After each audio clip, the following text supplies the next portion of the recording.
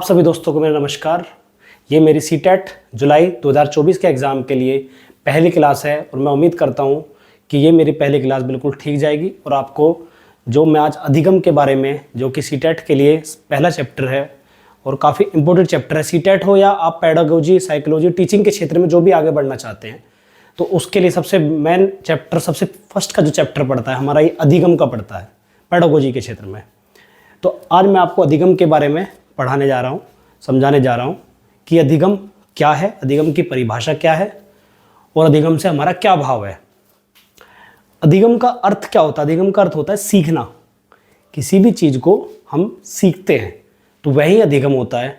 और अधिगम सीखते कैसे हैं? जब हम कोई क्रिया करते हैं, कुछ काम करते हैं, उससे जो हमें अनुभव प्राप्त होता है वो ही अधिगम हो जाता है। क्योंकि अनुभव से जो हम किसी काम को पहले करेंगे, सीखेंगे, गलती करें या सही करें, उससे हमें अनुभव प्राप्त होगा और जो अनुभव प्राप्त होने से हमारे व्यवहार में जो परिवर्तन आएगा वो ही हम उस चीज़ को सीख रहे हैं और उसी सीखने को हम अधिगम कहते हैं। जैसे कि यहाँ पे लिखा है, मनुष्य अपने जीवन में कोई भी कार्य करता है तो इससे उसको अनुभव प्राप्त होता है। यह क्रिया हर समय चलती रहती है। क्रिया के द्वारा व्यक्ति को जो अनुभव प्राप्त होता है, क्रिया के द्वारा कोई क्रिया किया और उसके द्वारा जो व्यक्ति को अनुभव प्राप्त होता है और उस अनुभव से व्यक्ति जो सीखता है उसे ही अधिगम कहते हैं।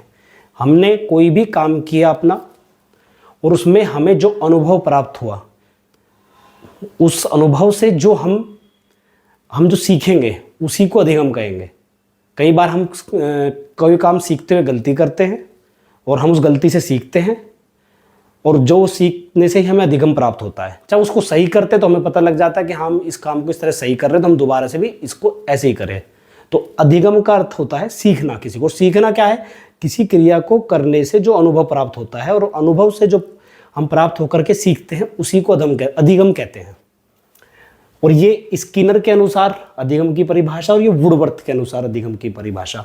तो स्किनर एक अमेरिकन मनोवैज्ञानिक थे जिन्होंने व्यवहारवाद के सिद्धांत पर जोर दिया और व्यवहारवाद के बारे में ज़्यादा पढ़ा है। तो उनके अनुसार, स्किनर के अनुसार अधिगम की क्या परिभाषा है? व्यवहार में हो रहे सुधार की प्रक्रिया का नाम ही अधिगम है। कि व्यवहार में हो रहे जो भी व्यवहार है आपका, वो पहले जैसा भी था उसमें जो सुधार हो रहा है, आप अपनी गलतियों से जो सीखते हुए आ रहे हैं, उसी की जो सुधार की प्रक्रिया का नाम है। किसमें? व्यवहार में हो रहे सुधार की प्रक्रिया का नाम ही अधिगम है। ठीक, ये किसके अनुसार है? स्किनर के अनुसार, जो कि अमेरिकन मनोवैज्ञानिक है। और यह है वुडवर्थ के अनुसार। वुडवर्थ भी एक अमेरिकन ही मनोवैज्ञानिक है। और वुडवर्थ के अनुसार इन्होंने व्यक्तित्व पे परीक्षण किए हैं, व्यक्तित्ववाद पे वुडवर्थ ने। तो इनके अनुसार जो अधिगम की परिभाषा है कि नए ज्ञान को प्राप्त करने की प्रक्रिया, नए ज्ञान को प्राप्त करने की प्रक्रिया और प्रतिक्रिया, इन्होंने कहा एक्शन और रिएक्शन को ही अधिगम कहा जाता है। कोई भी हम नई चीज़ सीखेंगे उसमें हम पहले उसका एक प्रोसेस में जाते हैं, पहले हम एक्शन करते हैं, फिर हमें वहाँ से एक रिएक्शन प्राप्त होता है और उसी को ही क्या कहा जाता है? अधिगम कहा जाता है। तो ये मैंने आज आपको अधिगम के बारे में पढ़ाया है। और अब जो मैं अगला चैप्टर लेके आऊँगा, जो मेरी अगली वीडियो आएगी, वो आएगी अधिगम की विशेषताओं के। अधिगम की क्या क्या विशेषताएँ हैं। तो मैं उम्मीद करता हूँ कि आप मेरे चैनल के साथ जुड़े रहेंगे और जो भी आप मेरे चैनल को सब्सक्राइब कीजिए, लाइक कीजिए और जो भी सुधार मुझे करने चाहिए, जो भी सुझाव आप दे सकते हैं मुझे दीजिए। मैं उसमें सुधार भी करूँगा और जो मुझे करना है आगे मैं उसमें प्रोसेस में आगे बढ़ूँगा। तो मैं उम्मीद करता हूँ कि आपको ये वीडियो समझ में आएगी, पसंद आएगी और आप मेरे चैनल को सब्सक्राइब कीजिए। जय ज़्यादा। आप सभी दोस्तों को मेरा नमस्कार।